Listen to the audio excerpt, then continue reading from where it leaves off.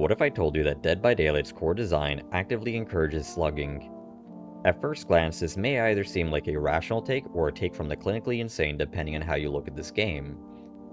And what is important to note is that no matter how you may look at this take at first, it is important that I distinguish that I do not mean slugging in their traditional sense. I do not mean slugging that you are doing it for more pressure because somebody is nearby trying to go for a flashlight or a pallet save. They're not nearby working on a generator, and you may not even have the means of downing them right away. Instead, I am talking about how Dead by Daylight's core design actively encourages a specialized type of slugging called hard slugging, where your immediate goal is not to hook a survivor a single time. Instead, you play until all 4 survivors are on the ground or until these survivors have all bled out and you win through that method. If this is a conversation that may seem interesting to you, then I welcome you to join me as we talk about hard slugging in Dead by Daylight. While slugging metas have come and gone, it is important to recognize why these slugging metas have come to be. Hooking has always been a significant time sink on the killer role, with the trade-off being that you will get to solidify your progress in the match in a way that cannot be taken away from you. Because hooking is a core component to Dead by Daylight's identity as a game, many perks have been designed around the premise that a killer will hook a survivor. On the killer side, killers are given an array of perks that are predominantly geared towards game delay, such as in the case of Pop, Pain Res, Grim Embrace, and Turn Back the Clock to name a few, while some other outlier effects for information or utility also exist in the form of Barbecue, Floods of Rage, and Ravenous. The idea is that perks of this design will encourage killers to want to dedicate time into hooking survivors, as not only are you solidifying your progress in the match, but you're also gaining benefits equivalent to what you're willing to throw onto your build. The problem is that killers aren't the only ones to benefit off of a survivor being hooked. In fact, many of the strongest survivor perks in the game depend on the fact that you will hook them. These powerful hooking perks exist within the form of the self-preservation category of perks. As a community, we have largely come to accept that perk designs such as Decisive, Borrow Time, and Off the Record can potentially be abused for purposes that aren't to prevent a survivor from being tunneled, but these are perks that we have come to accept to be fine, as the good they do to uphold the standard survivor experience outweighs the harm that can be caused by highly coordinated survivors. Instead, I want to draw attention to 3 specific perks: Deliverance, Shoulder the Burden, and Resurgence. These perks begin to paint a different picture by offering game-altering effects regardless of whether or not the killer in question deserves to undergo the effects of these perks that are being produced. Perks of this design fall outside the acceptable scope of anti-tunnel and instead fall into the category of anti-pressure perks, as they actively rob killers of pressure they have rightfully earned. Spreading your hooks now punishes you because Deliverance will ensure multiple survivors have the chance to free themselves at no time deficit to their teammates, while also enabling powerful anti-tunnel perks to activate upon saving yourself. Breaking away from a hook to seek out another survivor also punishes you because Resurgence ships away 70% of the heal time directly off of unhook, reducing your game delay off of hooking a survivor from 16 seconds down to just 4.8 by itself, which does not account for Lend a Hand, which reduces us down to just a 0.8 second heal off of unhook. Even focusing down a survivor with the knowledge of the aforementioned perks will punish you, as Shoulder the Burden completely rips away your pathway to victory from directly beneath you. The ability to manipulate hook distribution is a cool idea that is also one of the most consequential concepts to ever make its way into Dead by Daylight. The bulk of the player base will never reach the level of coordination required to make this perk problematic, all while the highest level of survivors are the sole beneficiaries of this design, making it outright impossible to beat out highly coordinated survivors when this perk is in play. As a company, Dead by Daylight has made it their goal to punish gameplay that does not fit the scope of what they consider to be fun gameplay. We've seen pushes for this in as recent of a time as the latest dev stream where they announced a nerf to coulrophobia because of slugging builds. Would we be able to provide more context on the decision to debuff coulrophobia? Perks problematic in and of themselves. They're problematic when paired with other certain things. Yeah. I'm not going to get into it to a great deal. Higher MMR brackets, we're seeing certain builds that are a little bit more egregious. Certain play styles. Certain play styles that are, a little... Can I be blunt? Well, you can. I can be blunt. Basically, coulrophobia because of the egregious slugging builds. And it's it's being used a lot in that. We're recognizing that as a very unfun play style and something that isn't planned for what we want for plates. Yeah. So, yeah. Understandably, coulrophobia was a problematic design, and hopefully we will see a full rework to it in the future. Despite the narrative that the devs are pushing on eliminating unfun elements of the game from the survival role, there are layers upon layers of design issues that further devalue hooking. For example, none of the aforementioned perks that I brought up earlier matter when the game also provides the tools intended to stop you from hooking in the first place. Perks such as background player, breakout, breakdown, and the flip-flop power circle combo all reduce the appeal in even attempting to hook in the first place. Barring background player, nobody in their right mind is claiming that any of these perks are overpowered or even game-winning. They're niche perks at best that are also just still unhealthy perk designs with the exception of breakout. These are perks that make hooking far less accessible, and eventually, because there is no wiggle decay on a drop survivor, your only options are to slug or accept the inevitable wiggle out. Hooking a survivor is essentially playing musical stove burners, except you don't know which burners are on, how many of them are on, and the heat level of any of them, while the survivors collectively do. You only know the bare basics that there are 4 burners, sometimes 5 depending on the stove. Even when we aren't factoring in perks, the game itself makes it sluggishly painful to secure your progress. When you down a survivor, you are given the option to either slug in an attempt to generate more pressure, or hook to cash in on the down that you have achieved. Slugging is as simple as never picking up the survivor to hook them, and it's a really easy choice to make if you don't care for the outcome in doing so. For hooking, you spend 3 seconds to pick up a survivor, get slowed down to 3.68 meters a second while carrying a survivor for a maximum of 16 seconds, and then finally, you have to spend another 3 seconds to complete the hooking animation. If we wanted to be generous with the time estimation, let us assume that you are spending an average of 10 seconds traveling to a hook each time you down a survivor. In this example, you are spending 16 seconds in total to hook a survivor each and every time you down them. 16 seconds to hook in the worst case scenario is now 16 seconds for 3 other survivors to repair a generator uncontested for a maximum collective output of 48 seconds of repair time when you are not factoring in repair perks or toolboxes. This also doesn't account for the added time survivors will have when factoring in how hooking a survivor will displace you from the next chase or an objective interruption. The mathematics on this are a big part of why losing 3 generators on your first chase is typically the expected outcome and contributes to a lot of the stress that killer players may find themselves having. You can play a perfect game where every chase ends as quickly as humanly possible for your selected killer, yet the time sink that you dedicate into securing your progress can single-handedly lose you games, doubly so when your hook tallies start retaliating against you with the many perk types that we have gone over earlier. So, we have largely talked about how perks penalize killers for hooking, how perks can punish killers for even attempting to hook a survivor, and how the baseline time sink of hooking a survivor is extremely harsh, but we're missing an additional step in how Dead by Daylight itself punishes you for hooking. Sometimes when you load into a match, regardless of the experience level of the survivors you're against, regardless of what you've equipped, and regardless of what they have equipped, the game itself has just simply decided that you are not allowed to hook the survivors. Basement can rob you of nearby hook spawns, often demanding a greater time investment to reach another hook, or settling for a basement hook, both options of which can result in the survivor wiggling out. Specific maps feature large structures that create unhookable zones. The basement of the Temple of Purgation main building sometimes spawns multiple hooks in the underground area that often cause the above area on the back half of the map to have no hooks whatsoever, making those survivors guaranteed to wiggle out when you down them. The basement of Badham Preschool itself is an unhookable zone when the true basement doesn't generate down there, requiring you to either open up a legitimate infinite to hook a survivor, let them wiggle out, or to leave them slugged. Entire survivor loadouts were built on the premise of forcing this to happen back when map offerings were guaranteed. Some maps such as Leary's and Hawkins can randomly generate hallways so long that although your hooks are reasonably placed and distanced, you simply cannot reach them due to none of the doorways being open. To further my point, look at this interaction I had on Midwich.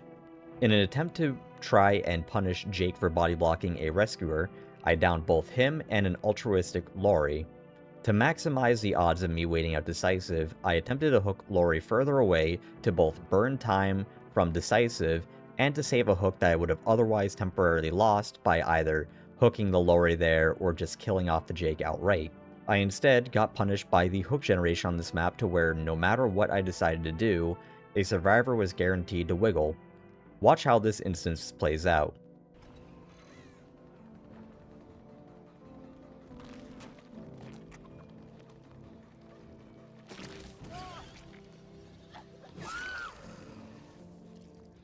I love Force Hezzy, guys. She couldn't even make it to the locker anymore. Good perk, good perk. Although I've got no hooks in this hallway, by the way. I gotta be careful. Because there is actually no hooks out here.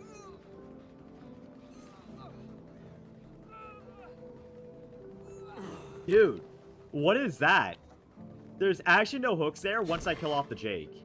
Where I attempted to be smart with how I played around the hooks, I would have just won this game on the spot by slugging all 4 survivors out.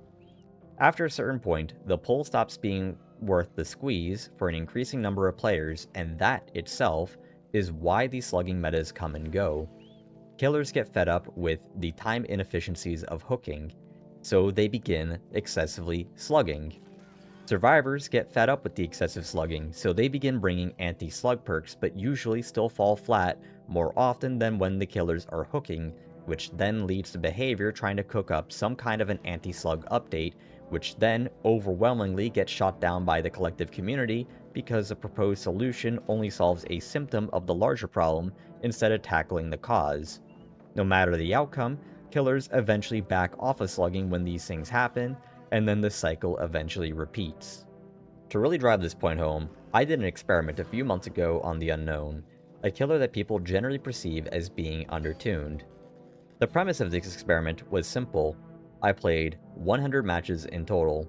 50 matches could only be played by hard-slugging survivors, and I could only ever be allowed to win the match by either having all 4 survivors at the ground at once, and in which case I would finally be allowed to hook them, or play until they all bled out and I won from that. The other 50 matches were a lot more forgiving, a lot more lenient, as I could play them to win by any means. I was allowed to spread hooks, tunnel, camp, regen, and I could even slug if I wanted to. The only stipulation to the second batch of matches is that I was not allowed to play with the immediate intent to 4-man slug the entire team. If their actions had led to such a play occurring, that match was still counted on the basis that it was the survivor decisions that caused it to happen and not the killer intent. So based off of this, could you guess what performed better? Out of the 50 games that I spent hooking, I won 40 of them at an 80% win rate and an average of 3.52 survivors killed per match, a kill rate of 88%. The most common outcome was a 4K at 1 generator remaining. An average of 3.38 generators were repaired per game, and an average of 10.94 hooks were performed per match as well. Out of the 50 games I spent slugging, I won 49 of them at a 98% win rate and an average of 3.92 survivors killed per match, a kill rate of 98%. The most common outcome was a 4K at 4 generators remaining. An average of 2.3 generators were repaired per game. Understandably, I did not log the average amount of hooks performed for very obvious reasons. Out of these 2 sets of matches, only 2 games were discounted in total on the basis of stream sniping on one of the slugging matches, while another was for me accidentally 4-man slugging a team during a hooking match out of habit rather than sheer necessity. You may see a link to the experiment spreadsheet to more carefully review it within the description itself. These results should not be taken as gospel for all killer players looking to maximize their kill rates, as slugging in the way that I've been talking about is not going to work for all killers. The unfortunate reality is that some killers are either not mobile enough or simply not good enough at downing people to be able to capitalize on this. But of course, no matter how I played these matches out, I did win the majority of these matches and still did kill the overwhelming majority of survivors. Winning more often is simply just a cherry on top of what I really want to get at, which is how it felt to play these matches out. Between slugging and hooking, the slugging matches felt far more fun to play, as one of the biggest stressors of the killer role is seeing multiple generators pop within quick succession which gives a lot of players anxiety to be in that position. Regardless of if they are aware of whether or not that is the way matches naturally progress, this is still a major stressor. Even being aware of this myself as an 8,000 hour player who has first picked up this game in the July of 2017, I found myself to be enjoying Dead by Daylight far more during these 50 matches than when I was hooking. While fewer generators being completed helped a lot, it just simply felt incredible playing against players rather than facing the full extent of which survivors can cheese their loadouts for wins. There was no more shoulder denying me pathways to victory, no more deliverance invalidating my hooks, no more resurgence to chip away at my time efficiency, no more being put into lose-lose positions through DS plot twists as a combo, no more having powered attacks being guaranteed to be invalidated by Dead Hard, no more having hooks be denied by breakdown, power struggle, flip-flop, background player, breakout, saboteur, toolboxes, or flashlights, no more chained exhaustion perk usages through Blood Rush, no more map design preventing me from hooking survivors, no more baseline anti-tunnel being used to aggressively body blocked. I played the game on a gamble, and that gamble was that if I stripped away the bulk of the meta from survivors and that if I played well, I could win without ever needing to hook a single survivor without even running a single regression perk. I simply just ran OSS report with game cartridge, along with the perks Chorophobia, Dark Devotion, Infectious Fright, and Nurse's Calling. I ignored a core game mechanic and got rewarded with the game feeling far better to play and winning more often because of it, both of which are extremely damning to the game itself. When you compare this to the matches where I was hooking survivors, I still had fun, so it's important to note that I don't find the game to immediately become boring because I am hooking survivors. But what changed is the mental load of having to play in the way that I had to, as I needed to think far more about what was happening throughout the match. While a majority of perks survivors have revolve around the hook mechanic aren't necessarily overpowered and worthy of nerfs on their own, they do become increasingly more difficult to account for when they begin stacking on top of each other. While accounting for the obvious perks became easier with time, some perks still slipped through and provided value in a way that made matches substantially harder to win, sometimes even costing me the match on their own. The problem to derive from this is very clear. Hooking as a foundational mechanic has been weakening over the years, all while more and more perks are being stacked upon this weakening foundation with the expectation that it'll hold up without any maintenance whatsoever. For reasons that are beyond reasonable to share in this video alone, saying that hooking is completely dead would be delusional to say, but it is increasingly becoming less appealing to do, and to the detriment of the game's health itself. This is the result of 10 years of leaving perk designs largely unaccounted for, and 10 years of fine-tuning hooks to the point of making wiggling and sabotage plays far more of a possibility without considering the ramifications in doing so. We are also at a point where perk designs have teetered on the edge of being overpowered, as although perk designs like Decisive, Dead Hard, and Off the Record are not overpowered, you could only ever give way to a new meta by designing or buffing perks to become truly overpowered and problematic, as seen in the case of Shoulder the Burden, Deliverance, and Resurgence. Excessive slugging has always been the symptom of a larger issue. To fix this, changes need to happen to both the core game and the perks themselves. We need what I would call a hook density quality of life update, where more hooks are added to the maps and hooking is made to be smoother to perform. Picking up survivors needs to be shortened from 3 down to 2 seconds. Physically hooking them needs to be cut down from 3 seconds down to 1.5. And finally, traversing to a hook needs to be done faster. 3.68 meters a second is far too slow, whereas an increase to 4 meters a second would make many more hooks far more accessible, even on problematic maps, while further alleviating the average time sink of hooking a survivor. It would also help if killer-specific incentives were given to uniquely fit each and every killer in a way that encourages the spread hooks, and I can't think of a better example to share than what I would do with my own main, the Unknown. These incentives could be as simple as enabling the Unknown to permanently gain a 5th hallucination upon hooking all 4 survivors for the first time, and refreshing the teleport cooldown each time you hook a survivor that wasn't the last to be hooked. Simple changes like this would go a long way in building hooks back up into being a strong foundational mechanic. not by punishing those who slug, but instead by making the act of hooking a more appealing a choice.